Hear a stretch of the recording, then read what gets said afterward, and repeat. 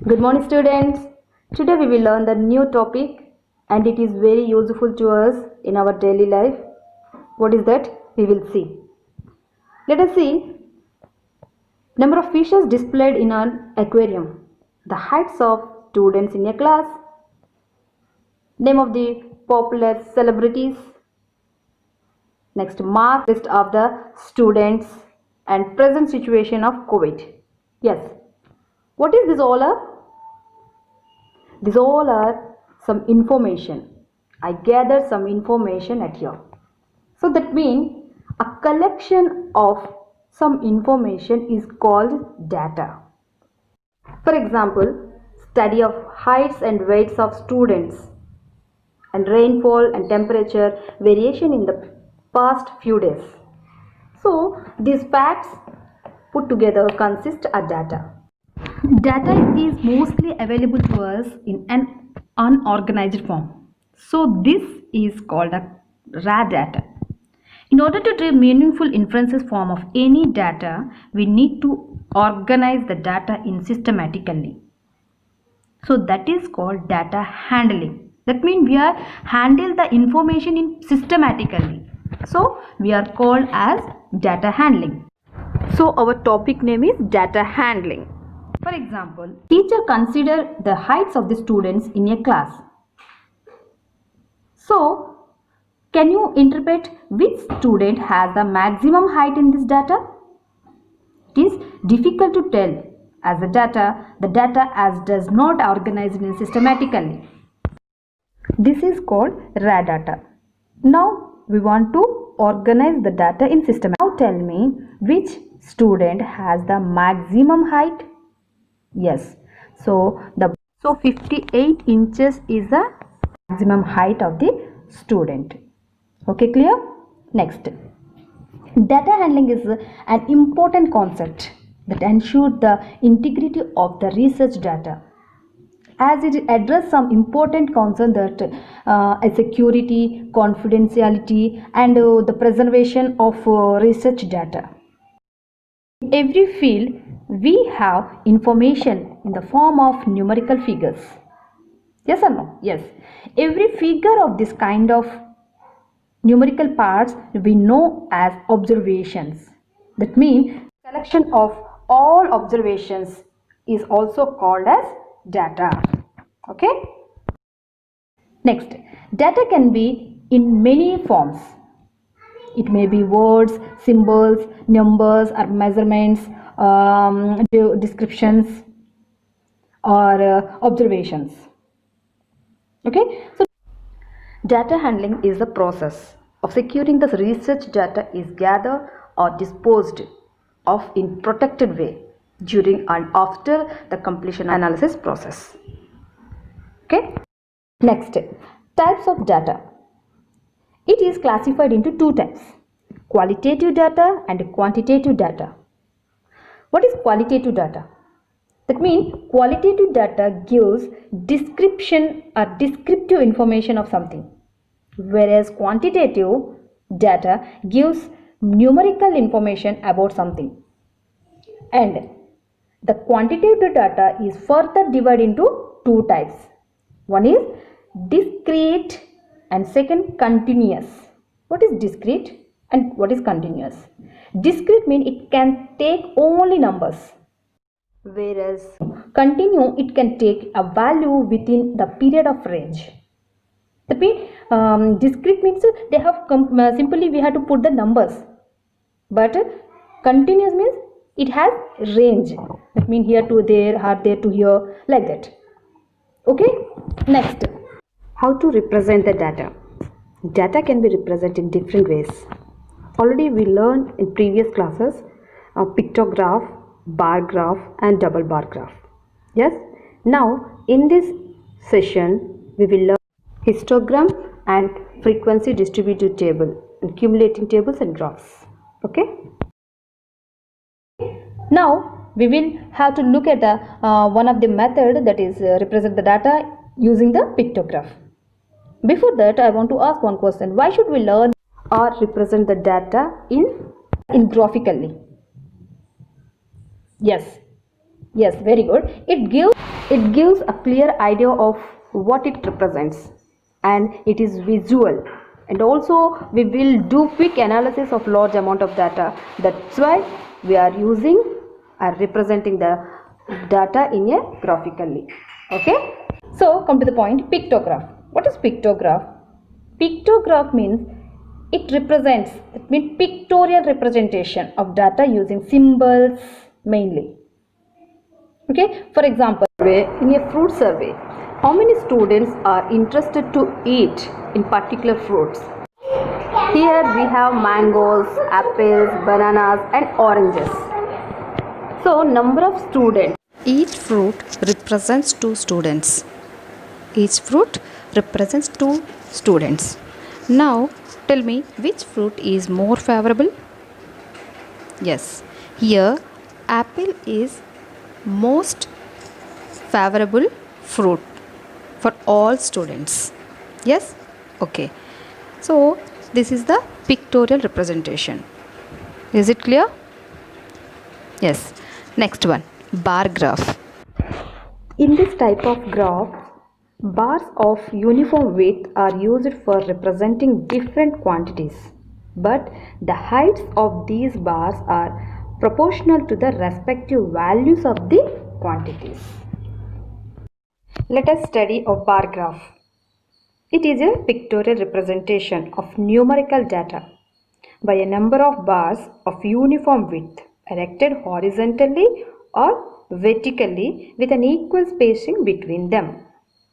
Observe, the width of bar should be equal and the interval of the bars also should be equal. Clear? Next one, double bar graph. Double bar graph is used to compare two sets of data represented on the same set of axes. That means both sets of data are displayed simultaneously on the same set of axes. This mode of displaying data is very useful when we comparing any two sets of data. Okay, for example, observe this graph. Here we have two different colors of bars combined together. Red indicates girls, blue indicates for boys. So tell me, who are more interested in tennis? Girls or boys? Yes, girls are very interested in tennis. Yes, what about swimming? Yes, both are equal. That means how many boys are participating in swimming? At the same number of students, number of girls are participating in swimming. So in this way we are comparing the two different types of data. So this is the double bar graph. Okay, the next one, organizing data. Usually data available to us in an unorganized form. Already we know that. So this is called raw data. To interpret it and to draw some meaningful conclusion, so it needs to be organized and systematically. Yes, for example, a group of students was asked for their favorite subjects. So the results are given like this: arts, mathematics, science, English, mathematics, arts, science, mathematics, English, like this. So can you tell which is the most liked subject in this group? No, it is not easy to answer the question at the choices written in this way. So we will study to arrange the data in tabular form. So the tabular form is called the frequency distributive table. For this, we arrange the data in tabular form. We have to use the tally mark system. Now we arrange the data in frequency distributive table. So this is the frequency distributive table. Now observe, the number of tallies before each subject gives the number of students who like that particular subject. So this is known as frequency of that subject. So frequency gives the number of times that a particular entry occurs. Now tell me which subject is most liked. Here, arts. Did you get? Yes. That means the table made is known as frequency distributed table, as it gives the number of times entered. That means how can we arrange an unorganized data in frequency distributed table? Okay, now next one, grouping data or data grouping. When the amount of data is huge, then the frequency distribution table for individual observations will result into the large table.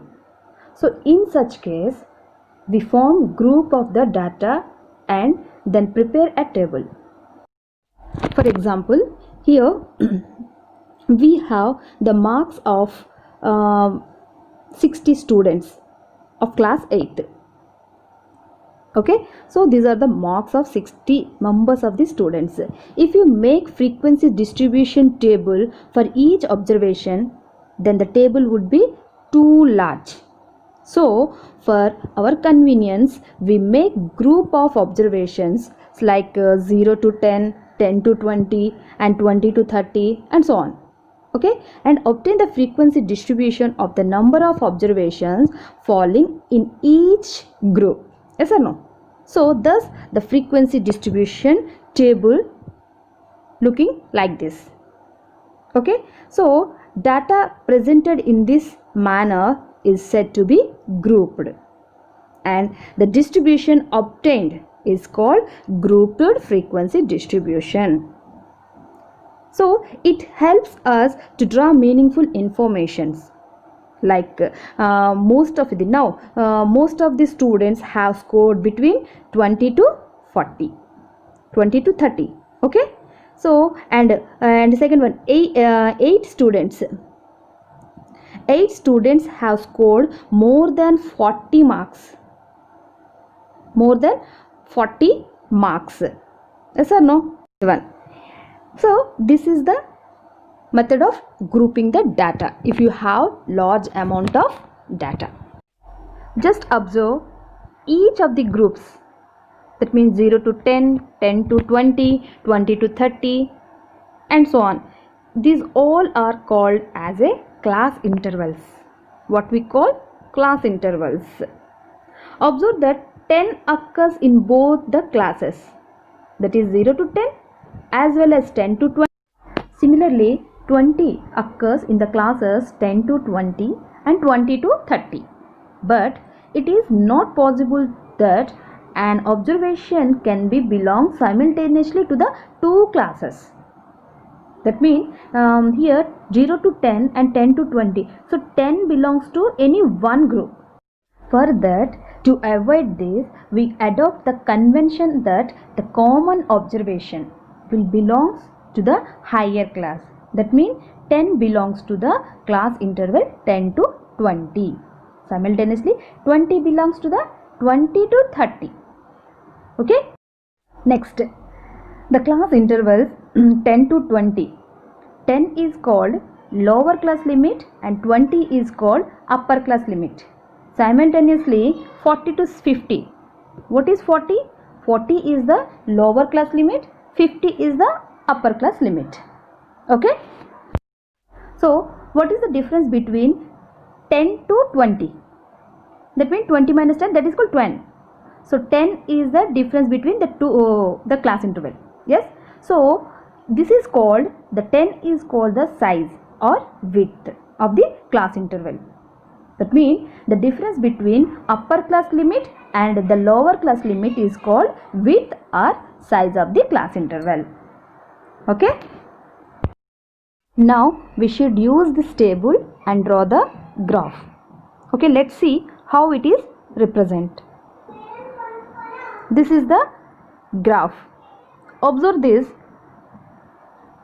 We have to take class intervals on x-axis and the frequency on y-axis. So marks of the students I draw on the x-axis, at the same time number of students in y-axis. So using this table, I draw this graph 0 to 10. So that means 0 to 10 we have 2. That means 2 members. And 10 to 20, 10 members. 30 to 40, 19 members. If you observe this graph, it is not completely bar graph. Why mean? Width is okay, but the class interval, there is no gap between 2 bars. So in this graph we are called as histogram.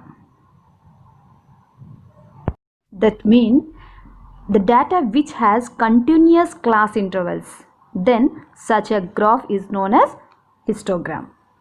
Okay, so these are the representation of graphs. Okay, thank you.